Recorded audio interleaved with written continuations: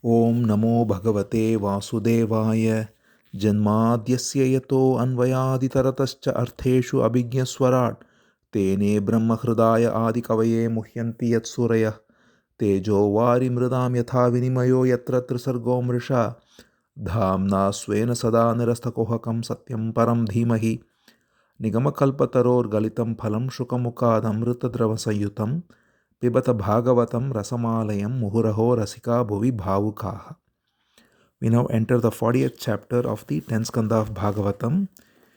We saw Akrura taking Krishna and Balaram back in chariot to Mathura, and on the way we saw Akrura stopping by Yamuna, and inside the waters of Yamuna he gets the most ecstatic darshan, a vision of the Lord.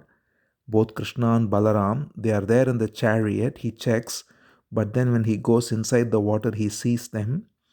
Then he double checks, again they are there in the chariot. And then when he goes in the water again, now they give this vision as Adi Sesha and Narayana, the original form. So now Shuka Brahma Rishi continues and he says, Akrura offers a most beautiful prayer to the Lord in this form. He says, begins his prayer by saying, I bow to you, O Narayana. Narayana is the one of the most transcendental names of the Supreme Being, which means the destination of all beings, all humans, or the refuge of all humans. So, Narayana. So he says, I bow to you, O Narayana, the most ancient and ever fresh person. That is the Supreme Being who is most ancient and yet ever fresh. So it is the one of the many beautiful paradoxes. The Supreme Being is ever fresh because there is no time. Being beyond time, he is ever fresh, and yet he is also most ancient because being beyond time again, he is ever present. So he says, you are the most ancient and ever fresh at the same time, the cause of all causes, from whom the whole of creation came through Brahma. He says, Natosmi aham tva akila hetu hetum narayanam purusham adyam avyayam. Hetu hetu means cause of all causes, Narayana. And then he goes on to say, it is from you that all the causes came forth, that is, from the gross to the subtle, the soil, and then water, and then fire, and then air, and then space. And space, so each comes from the one before that. Soil is the most grossest element, least subtle, that is to say. Then less subtle than that is water, then fire, then air, then space, then leading all the way up to the cosmic intelligence, Mahat Tattva, which is coming from the Mula Prakriti or the primordial material energy, and that's coming forth from the Supreme Spirit. So, starting from the soil and all the five elements, it leads all the way up to the Supreme Spirit, and from that alone comes forth the five senses of perception, the five senses of action, the various deities, all the rest. And therefore, Akrura says all the causes starting from the material energy Prakriti are coming forth from you, and yet none of them can perceive you because they are not the essential spirit. So, this is the conundrum. So, everything that comes forth from the spirit is unable to perceive the spirit because the Supreme Self is beyond everything that comes forth. It is just as the sunlight cannot perceive the entire sun. One cannot perceive the entire sun through the light. Similarly, one cannot perceive the source of material energy through the material energy itself. And that is why all efforts that one makes to know God is always futile, because any attempt to know is only coming from material energy through knowledge, memory, intellect, and so on. And all of that is always very limited, being conditioned by time. Therefore, Akrura says, nothing can perceive you because your reality, your essential truth is beyond the material energy, and one can only be in the material energy through whatever effort one makes. And therefore, he says the way to realize you is through transcending them to surrendering unto you.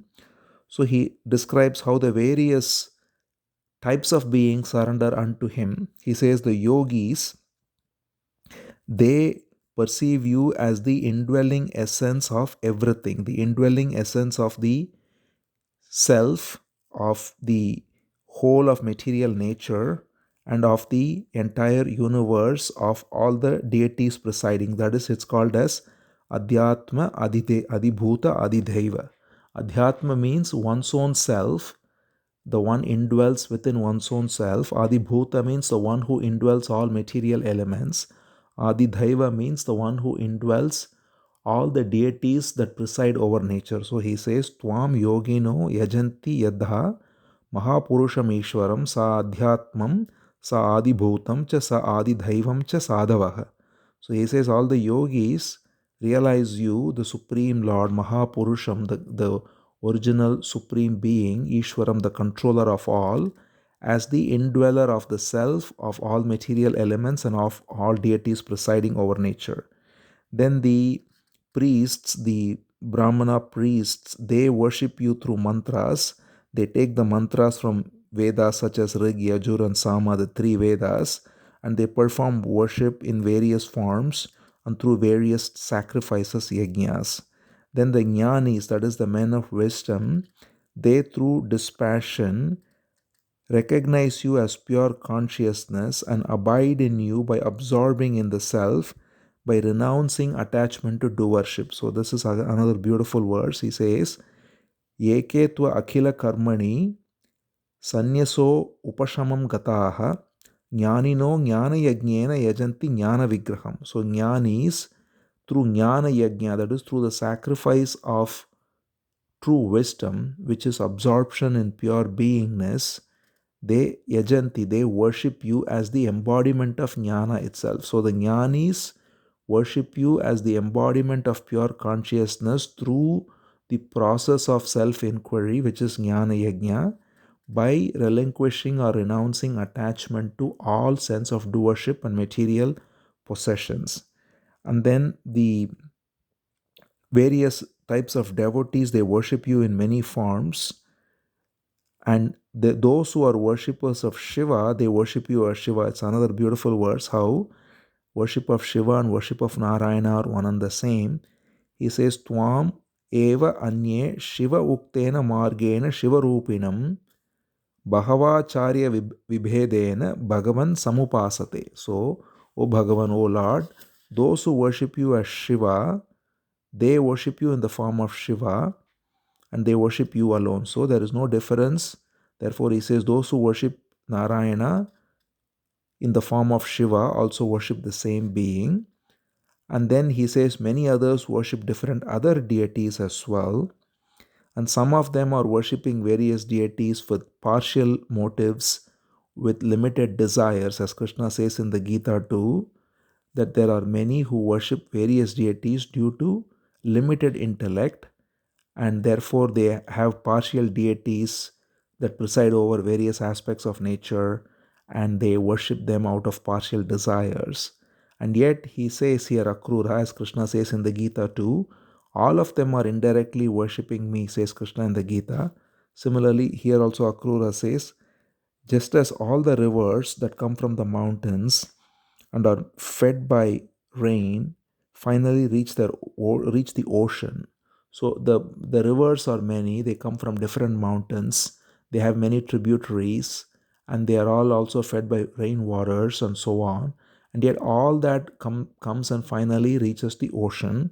Similarly, every worship only reaches you, O Supreme Being. He says, Yatha Adi Prabhava Nadhyah Parjanya Purita Prabho Vishanti Sarvata Sindhum Tadvatvam Gatayon Antataha. So, just as Sindhu means ocean, just as all the waters finally reach the ocean, similarly, all worship comes to you. So, there is another famous verse that many know which has the same meaning, and it's very beautiful verse. It says, Akashat Patitam Toyam Yatha Gacchati Sagaram Tata Sarvadeva Namaskaram Keshavam Prati Gacchati. So this verse says, Akashat Patitam Toya means all the water that falls from the sky. So all water is coming only from the sky. The waters that feeds the rivers, the lakes, the streams, all that water eventually find their way to the ocean. Similarly, this verse says, Akashat Patitam Toyam Yata Sagaram Gacchati Tata Sarvadeva Namaskaram. In the same way, obeisances offered to any deity, Keshavam Pratigachati. It goes only to Keshava, the Supreme Lord. So that's what Akrura also says here. And then he now describes the Lord as the abode of the three modes of nature, Sattva, Rajas, and Tamas. And he says that alone makes everyone from Brahma to the most inanimate creature, such as even a tree which cannot move. So the unmoving beings such as trees and plants, all the way to Brahma, the creator, are all made of the three gunas. And therefore he says, my obeisance unto you, who is completely unattached and who is the witness of all the minds. So these all the minds, starting from the most powerful being to the little ant, everything is got certain potency with which it is able to survive and reproduce. So there is a subtle mind even in a small ant, which it uses to protect itself, to survive, and so on. And then there is a very refined mind as one goes up through the various grades of species. So he says, in all of them, the witness, the indwelling awareness is you alone, and the stream of three gunas, which are brought forth by ignorance, alone operates that makes people identify with their body. So there is the Maya, which comes forth as the three gunas, and in addition to the three gunas and their activities, the Maya also gives forth what is called as avidya or ignorance, by which one gets attached to the body as the self, and the same Maya has a different component called grace or anugraha, by which this false attachment goes away. So he says here, this is your true nature, and yet it is not conceived by most people because they are identified with the body, and yet you are the only being, and therefore he describes his Virat Rupa, that is his universal form. In reality, the whole universe is simply your body, with fire as your mouth, with earth as your feet, with sun as your eyes, with the sky as your navel, with all the eight quarters as your ears, and with the greatest heaven of Brahma as the top of your head, and with all the various deities as your arms, and with the trees and plants as the hair on your body, and with the mountains as the nails, and with day and night as simply the twinkling of your eyes, and so on. And therefore he says, in this body of yours, in this universal body of yours, there are so many universes even floating. That is, so many realms of existence, so many planets, so many solar system and various other star systems, so many galaxies. So all of this are floating. He says, just as in a huge ocean there are so many eggs floating, aquatic creatures, they drop eggs, and there are so many eggs that are floating inside waters. Similarly, all the various beings are floating inside you.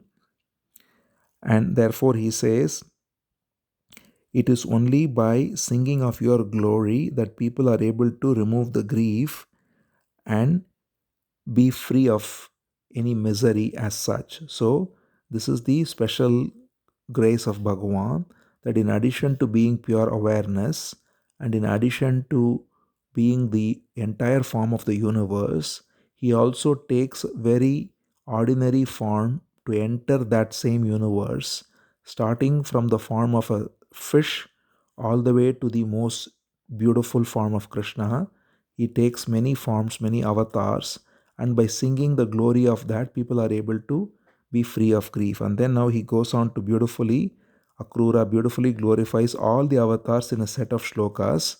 Again, we will see these shlokas because everyone glorifies all the avatars. He says first, Namafkarana Matsyaya, Pralayabdi Charaya cha, Hayashirshen Namastubhyam Madhu Kaitaba Mrityave. He says, first you came as the fish in the waters, and you are the divine fish who moved about to protect all the species. We saw this in the 8th Skandha, where we saw Matsya, the divine fish, guiding Manu and thereby protecting all the species during the deluge and the waters of the deluge. Then he says, Haya Shirshena, in the form of Hayagriva, you also killed the demons Madhu and Kaitaba. Then next he says, Akuparaya Brihate Namo Mandaradharine Kshityuddhara Viharaya Namas Sukaramurtaye. He says, you came as the great tortoise to lift up the Mandara mountain. So we saw this in the episode of the churning of the ocean, where the Lord took the form of a tortoise to hold up Mandara. So that's what he says here, Akuparaya Brihate Namo Mandaradharine. Then he says, you also took the form of a boar, Varaha, to protect earth. Then he says, Namaste Adbhuta Simhaya Sadhuloka Bhayapaha Vamanaya Namastubhyam Kranta Tribhuvanaya Cha. He says, then you took the form of Narasimha. We saw this in the 7th Skandha. When Prahalad prayed, the Lord appeared as half man, half lion to kill Hiranyakashipu and to establish Dharma and to protect Prahalad. So he says that is the glorious lion form, Adbhuta Simhaya. Then Vamanaya Namastubhyam. So then he also came as a dwarf, Vamana, and then he took the gigantic form of Trivikrama to measure all of earth. Then he says, Namo Bhrigunam Pataye Driptakshatra Vanachide Namaste Raghuvaryaya Ravananta Karayacha.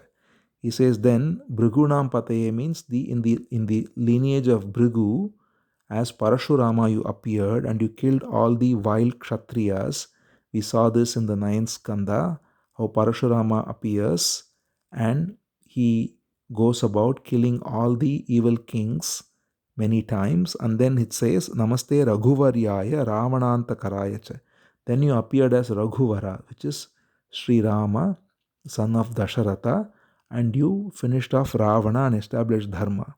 Then he says, Namaste Vasudevaya Namas Sankarshanaya Cha Pradyumnaya Aniruddhaya Satvatam Pataye Namah. Then he says you appear as Vasudeva along with your brother Sankarshana, who is Balaram, and you are going to bring forth Pradyumna and Aniruddha, who are also your partial expansions. We'll see them come later.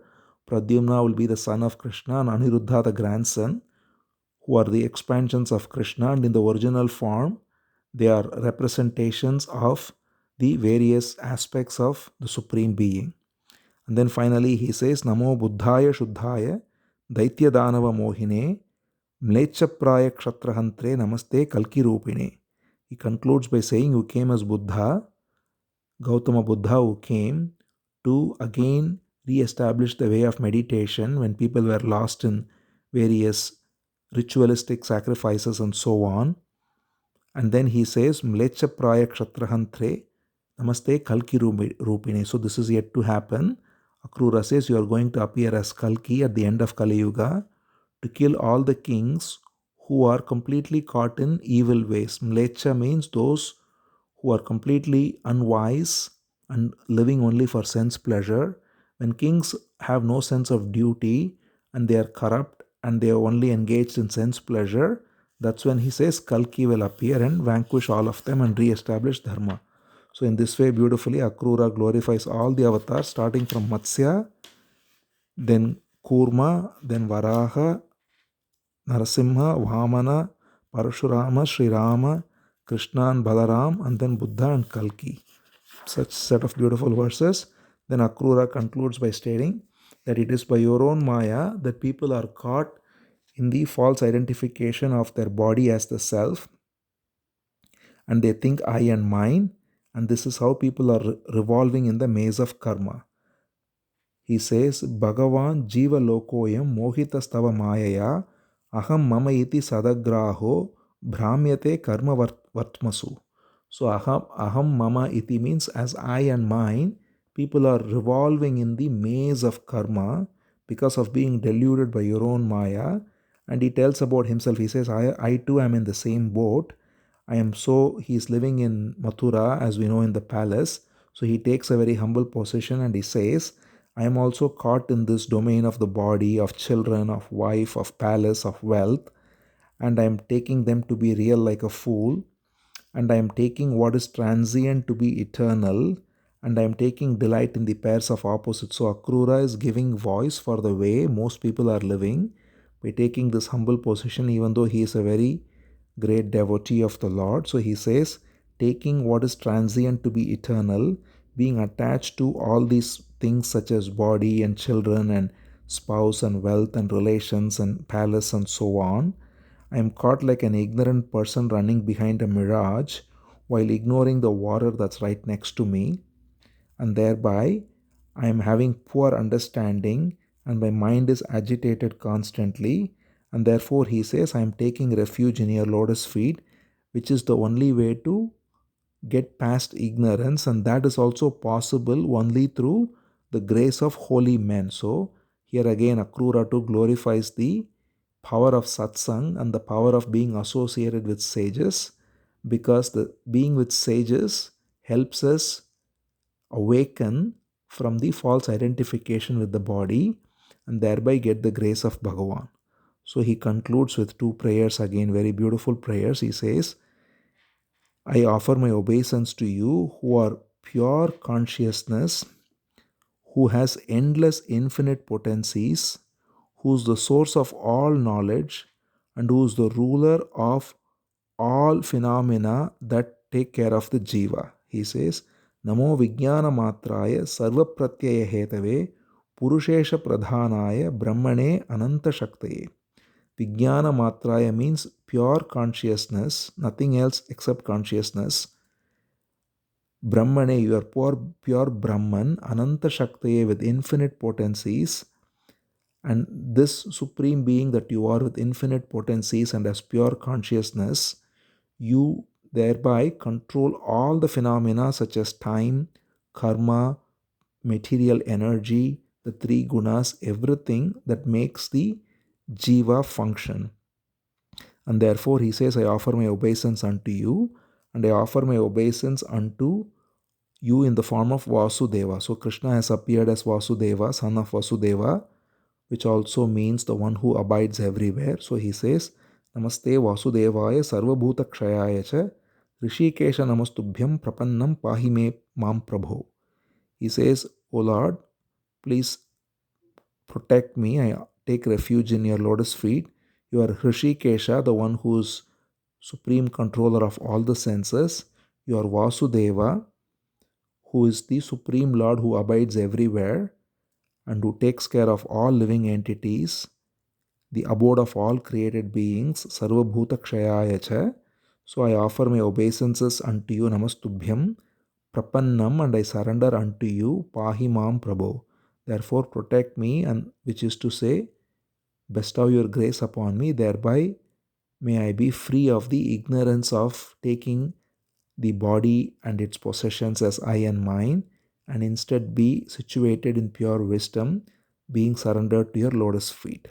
And this way, Akrura concludes this beautiful prayer to the Lord who has appeared as Narayana in the waters, who is giving him his darshan while seated in the chariot along with Balaram. Krishna bestows his special mercy on Akrura by giving this beautiful vision inside the waters of Yamuna, and Akrura offers these beautiful prayers. And with this chapter concludes. Om Namo Bhagavate Vasudevaya.